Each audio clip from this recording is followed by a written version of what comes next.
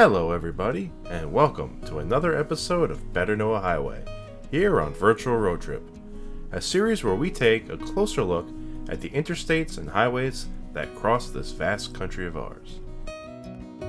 Today we have a very interesting route, another segmented highway, this one facing long delays and local opposition.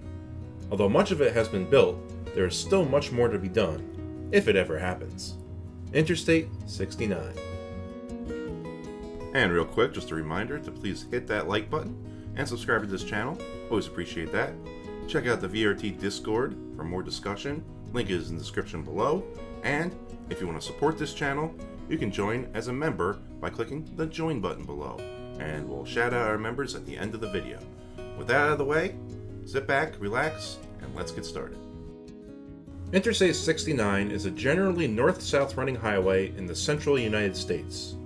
It currently exists in at least 9 different segments and remains largely unbuilt at its southern half. The current official mileage for the route is around 910 miles, and it runs or will run through a total of 8 states. However, much of this is subject to change in the future. Originally proposed as the Great NAFTA Superhighway, I-69 is designed to provide a continuous route from the northern border with Canada to the southern border with Mexico, a crucial corridor for the movement of trade and cargo. Currently, many U.S. routes fill in the gaps in some areas where I-69 is proposed to run. Let's begin at the northern end, which is more continuous, beginning in the state of Michigan, where I-69 is 100% completed and runs for 202 miles. I-69 starts in the eastern part of the state at a junction with I-94, which itself begins just a few miles to the east at the U.S.-Canadian border and the Blue Water Bridge. Heading west into the central part of the state, 69 stays within both rural and slightly more populated areas, along with numerous farms. The first city it reaches is Flint, where it has a junction with the long-running north-south highway I-75, as well as a spur, I-475, which acts as a partial beltway. Running just outside the downtown area, 69 continues west out of the city and back into rural farmland for several more miles. After making a slight turn to the southwest, eventually it reaches the capital city of Lansing, where 69 takes a loop path around it and acts as a beltway, while staying out of the city proper and instead mostly bypassing it. On the western side of Lansing, 69 has a junction and short concurrency with I-96, which itself then helps complete the beltway on the south side after the two separate, while I-69 makes a turn to the west and heads out of the area. Once again back into rural lands, I-69 now heads due south and makes its way towards the southern part of the state. On the way there, it has a junction with the long-running I-94 just east of Battle Creek, which can take drivers west towards places such as Kalamazoo. From here, 69 stays on this path for another roughly 31 miles, until it finally reaches the state's southern border and heads into Indiana.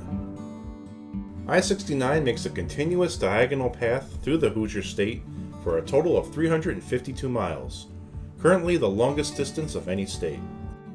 Still on a due south heading, I-69 traverses the vast farmland and passes smaller settlements. Initially upon entering the state, 69 has a junction with 2 major concurrent highways, I-80 and I-90, which are also concurrent with the Indiana Tollway. After this junction, I-69 soon reaches the Fort Wayne area.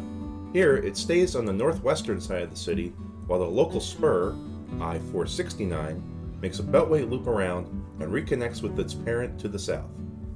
Although I-69 never enters the city itself, it has numerous links into the downtown area via U.S. routes. Now back into farm country, 69 has a gradual southwest course, passing small towns, cities, and rivers as well, the largest of which being the Wabash. Traversing from the northeast corner of the state to the dead center of it, I-69 reaches another capital city, this time Indianapolis, as well as its famous beltway. Entering from the northeast, 69 junctions and runs concurrent with I-465, the Indy Beltway, with both routes wrapping around the city to the east. At one point, another highway, I-74, also joins the concurrency, and the three routes make the turn to the west that pass the city to the south. Not long after, I-69 separates from the other two routes and heads south again on its own, weaving through the Indy suburbs and eventually, once again, back into rural lands, thus leaving the Indy metro area altogether. It's important to note that this junction, where 69 separates from the Beltway, is one of the newest completed projects in the entire I-69 corridor, and officially connects the two former separated segments within the state into one continuous route that is up to interstate standards. Now on its southern course, 69 passes the small city of Martinsville, where soon after it enters more wooded terrain, a noticeable change from the previous areas. After passing just next to the city of Bloomington, 69 makes a slight turn to the west and then back to the south, leaving the local state forest area and back into farm country. Now entering the southern part of Indiana, 69 has a junction with the east-west running I-64, and then soon after, it reaches the city of Evansville. I-69 wraps around the city on its eastern side and comes very close to the nearby Ohio River. However, once on the south side, I-69 officially ends its longest continuous segment just short of crossing the river. From here, a junction with US Route 41 takes drivers south over the Twin Bridges and into Kentucky, where it will pick up its next segment. After this brief gap, I-69 resumes its course just south of the Ohio River and now is in the state of Kentucky, where it runs for a total of 148 miles. Beginning just to the south of the nearby city of Henderson, I-69 takes over the roadway for US 41, which itself exits off the highway and onto its own two-lane right-of-way. 69 then resumes its southern course through the very rural areas of western Kentucky, passing little of note, as well as some smaller towns and cities, such as Madisonville, all while paralleling US 41 just next to it.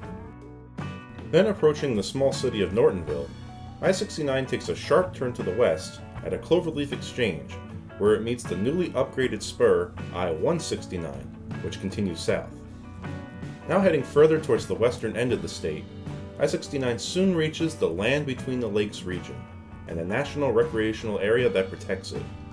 It's also in this area that 69 junctions with I-24, and runs concurrent with it to the west for approximately 17 miles, as both routes pass the lakes to their north.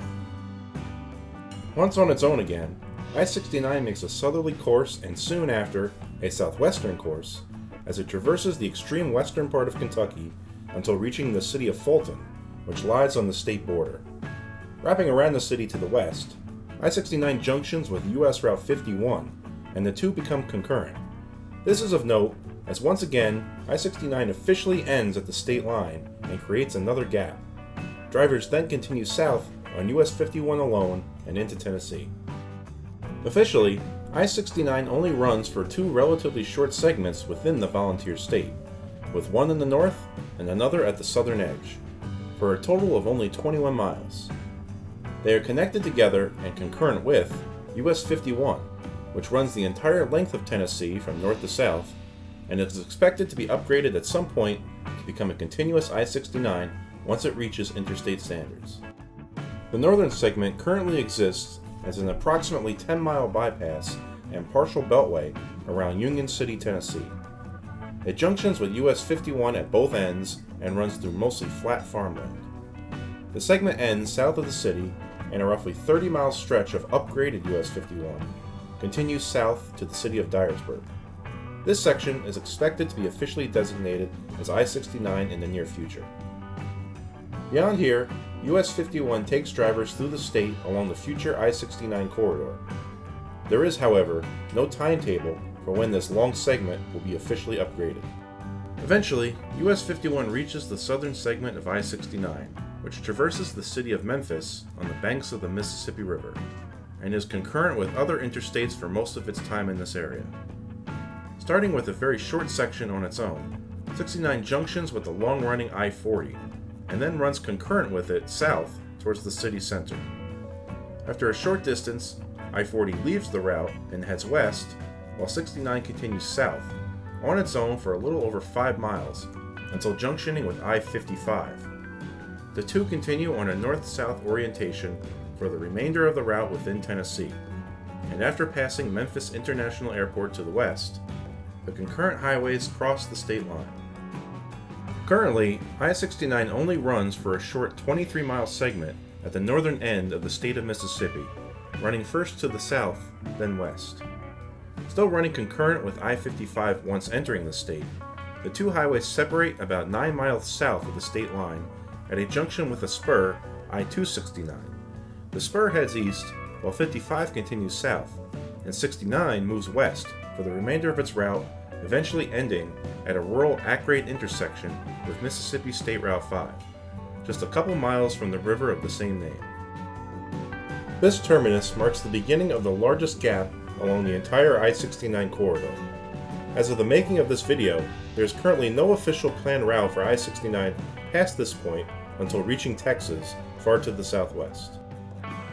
According to the original plan for I-69, it is supposed to continue south along the western edge of Mississippi for just under 100 miles, until it will at some point turn west and cross the Mississippi River to enter southern Arkansas and make a gradual turn to the south, traversing through a rural part of the state and approaching smaller cities such as Monticello and El Dorado, as well as connecting to a future spur, I-530, which will head north to the city of Pine Bluff. It will then cross into Louisiana and travel through its northwestern corner, while it services the city of Shreveport, as well as having junctions with both I-49 and I-20 while crossing the Red River, after which it will turn west and leave the state to enter Texas. Although the Federal Highway Administration has stated its intention to build these sections to complete the I-69 corridor, the states themselves have been reluctant to provide the necessary funding for a highway they feel is not critical to their needs. As of now, there are no real plans to build the highway through these states. However, the intention to do so by the federal government remains. Finally, we reach the state of Texas, where I-69 exists as several complex segments in the eastern and southern part of the state, currently running a total of 172 miles for all sections.